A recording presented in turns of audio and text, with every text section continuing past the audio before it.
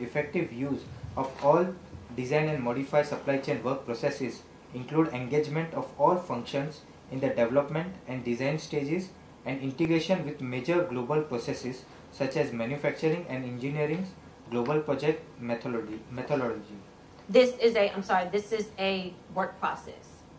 Okay, just want to identify. When you use GPM, it is the most effective technology of how we execute projects to build facilities. So every time we build a new plant or retrofit a plant, we use the same process. Okay, I'm sorry, I wanted to point that out. A disciplined approach is taken to design new and optimize existing supply chains with emphasis on achieving lowest cost and maximizing customer service. Okay, and we're going to skip and go to card 2B. Design and modify supply chain projects are aligned to work types that reflects the project's impacts and objectives.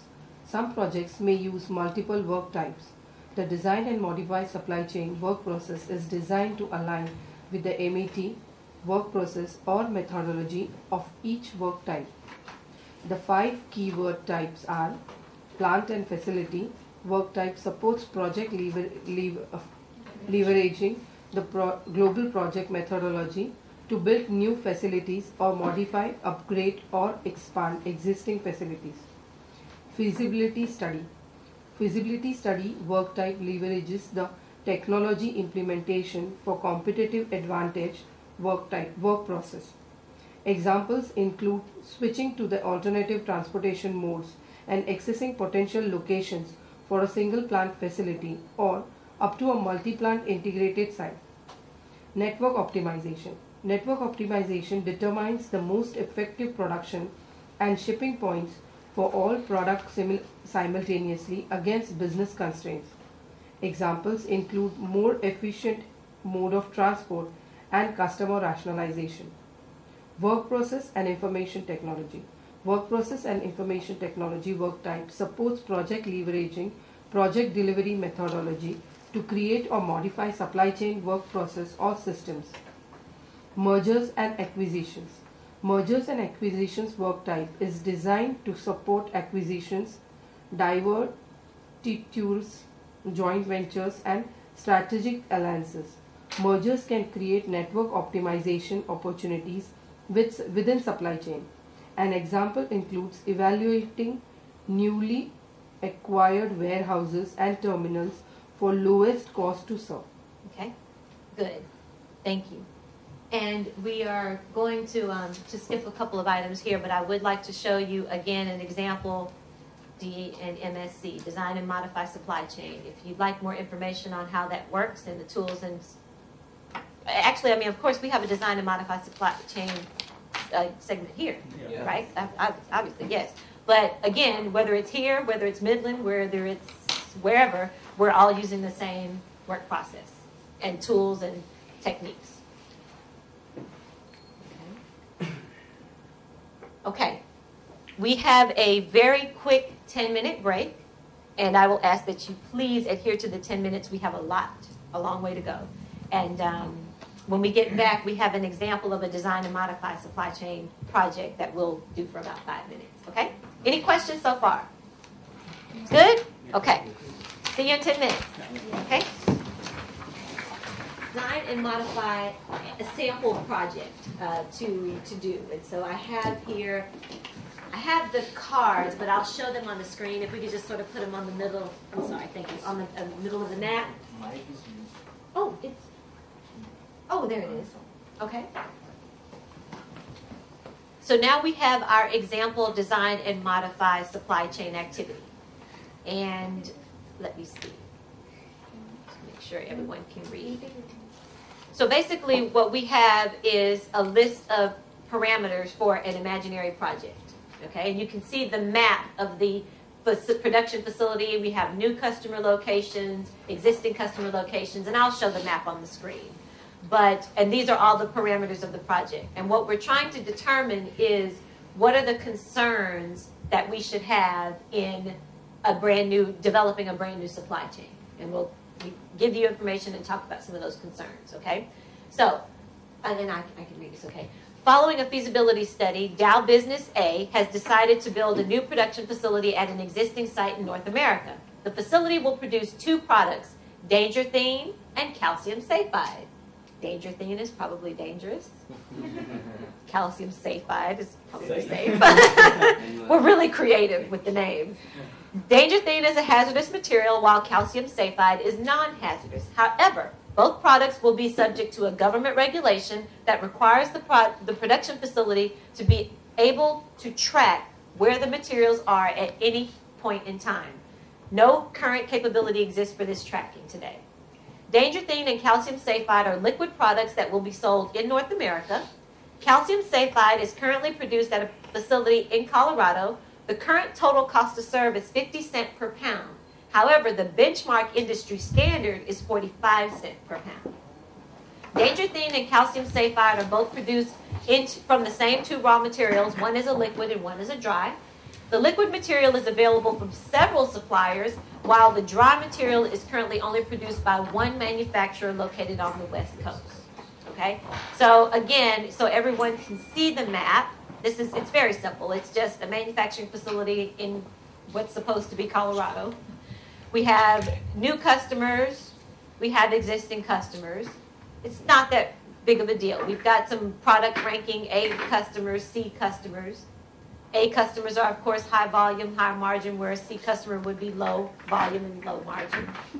So in just looking at that picture and thinking about the project parameters we just discussed, what are some of the items we must consider in developing a new supply chain? How far it is from the customer's place in terms of logistics required, and at the same time, how far it's from the market, forthcoming market, the new customers. The new customers. Mm-hmm. At the same time, supplier. If we have only one supplier at the West Coast for a rare product, then where the factory and how much proportion is going in the production. Mm-hmm. So whether it's near to that supplier in order to reduce the raw material costs. Mm-hmm. Mm-hmm. So it's like we need to look at the both sides. Mm-hmm. How much Absolutely. is the raw material logistics and how much is the finished product logistics. Good observations. Okay, what are some of the other key inputs? What do we from the group? What do we think we would have as other key inputs to building a supply chain? We have a dangerous product. So basically, Environmental health and safety would be a concern, right? And how to track them. The tracking is a concern, right? We don't have the capability today, but we need that. Okay. And also here the benchmark is of 0.5 cents to reduce the cost. So how will we be able to reduce that cost and how will we be able to sustain that reduction in the future? Absolutely. Because sustainability also needs. Absolutely. If we cannot lower this cost to serve, there is no need for us to even attempt to enter the market. Okay. Good observation. What? Oh, I'm sorry. What? Go ahead. Well, transporting this raw material liquid is a little bit difficult, whereas powder, and we should have a balance. How much to produce that particular material? How much we have to use from powdered one or a liquid one? Again, we have to balance that one so that we can reduce the cost. Good consideration. Good consideration.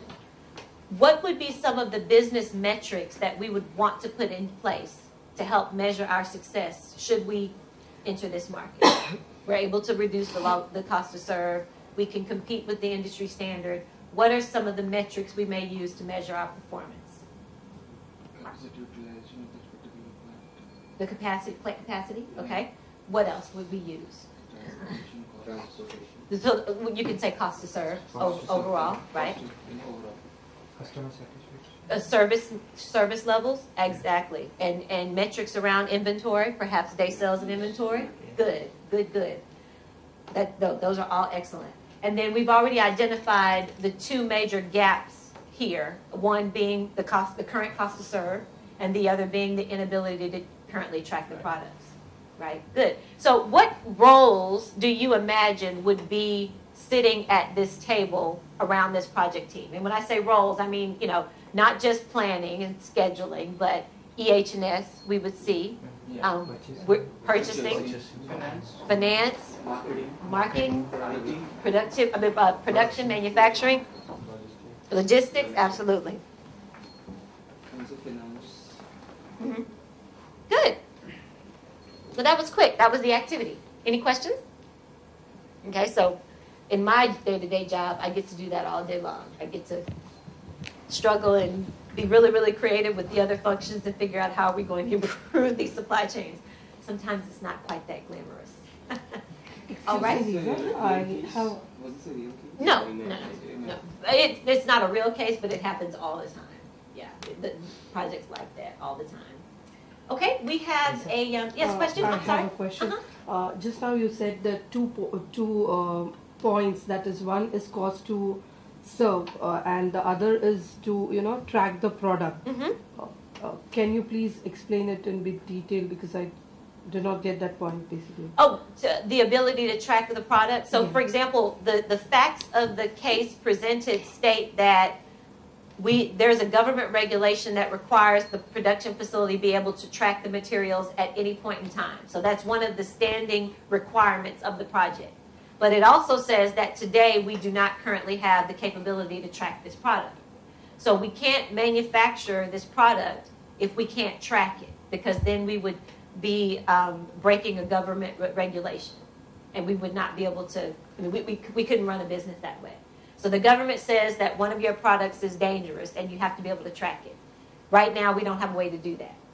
So if we decided to go ahead and manufacture the product and sell it out to our customers, the government would eventually shut us down and probably fine us heavily. So as part of the design of the project, we have to find a way to be able to track this product before we can proceed. Makes sense? Good question. We should add to the cost of service. It will definitely add to the cost of serve. Absolutely. Absolutely. Okay, then we can move on to balanced demand and supply, which is card number 3. Whoever has card number 3. Okay. Balance demand and supply. The balanced demand and supply work process is built on the premise that longer range strategic, tactical demand supply planning and detailed demand supply execution require significantly different level of data and are managed by different groups of resources. Therefore, the balanced demand and supply work process is segregated into 2 distinct sub-processes. Long-term demand planning volume is the long-range demand-supply balance 3 to 36 month planning horizon based on ES and of OP projections for aggregated market families and segmented into monthly or quarterly time periods. Short-term planning is short-term scheduling 1 day to 3 months of manufacturing operations and replenishment of distribution based on lean demand pool techniques. Plans are quantified at the product, customer level and segment into daily and weekly time periods. So let me ask a question. Which sub-process do you believe you support? Volume or mix? Mix. Good. Okay. That was pretty easy. Just wanted to be clear.